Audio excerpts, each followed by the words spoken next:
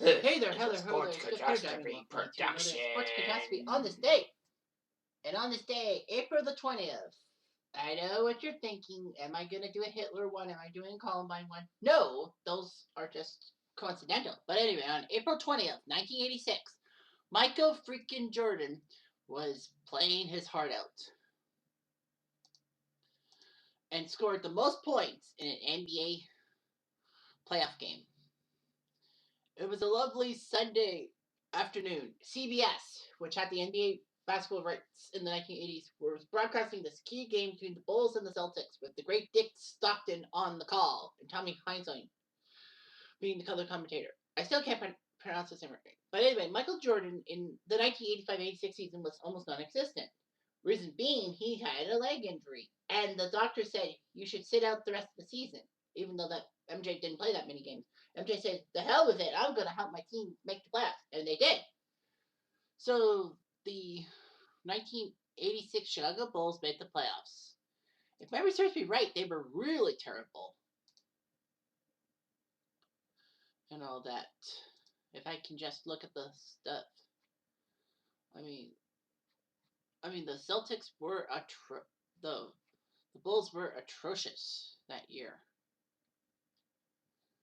I apologize, I should have been more prepared. Oh, it's the 85-86 season. Alright, hang on one ticky-tock.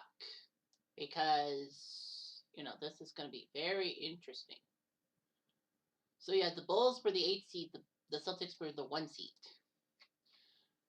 The Bulls ended up with only 30 wins and 52 losses. 22 games below 500. That shouldn't get you in the playoffs. Well, the East at the time only had 11 teams, and Cleveland only won 29. The Pacers won 26, and the next won 23, even with Patrick Ewing.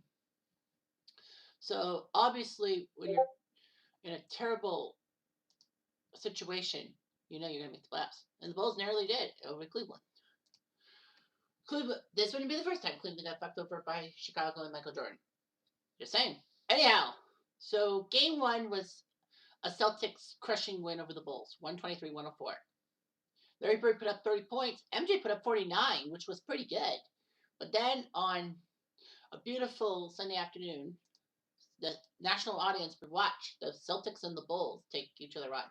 The Bulls had 10 players who played in that game, the famous game. Alongside Michael Jordan, starting would be Orlando Woolridge, Dave Corsine, Charles Oakley, yeah, he was a Bull before he was a Knick and a Raptor, and Kyle Macy. Kyle Macy, who the hell is that guy? And the bench had John Paxson. I can't believe John Paxson, the Game 6 hero of the 93 NBA Finals with that three-pointer. I didn't know he played for the Bulls at that time. Gene Banks, Sidney Green, George Gervin, the Iceman, played for the 86 Bulls, the icon of the Spurs, and Mike Smrek. If I remember correctly, Mike Smrek is Canadian, is he not? Mike Smrek. They don't give us stuff. They don't say, hey, he's Canadian. I think he is Canadian, isn't he, Smrek? They're not telling me his stats and all that. Or basically the fact of his birth. Whatever. Fuck that. The Celtics had a good bench. They had 9 players on the team. The starters were Larry Bird, Larry Legend, Kevin McHale, Danny Ainge, Dennis Johnson, who would be better known for his staff in the 87 playoffs, and Robert the Chief Parrish. On the bench was Bill Walton, yes, that Bill Walton, Jerry Sichting, Sichting, Scott Wetman, and Rick Carlisle, who would go on to become a decent coach, but not that great of a coach. Regardless, so it was a key game. The Bulls actually shocked a lot of people by actually being up by 8 points after 1 quarter, and they were up by 3 after 3 quarters. It was like, whoa, the Bulls are for real, season. While Michael Jordan was putting up points like there was no tomorrow, the Celtics had to struggle. In fact, Michael Jordan was fouled just before clock ran out.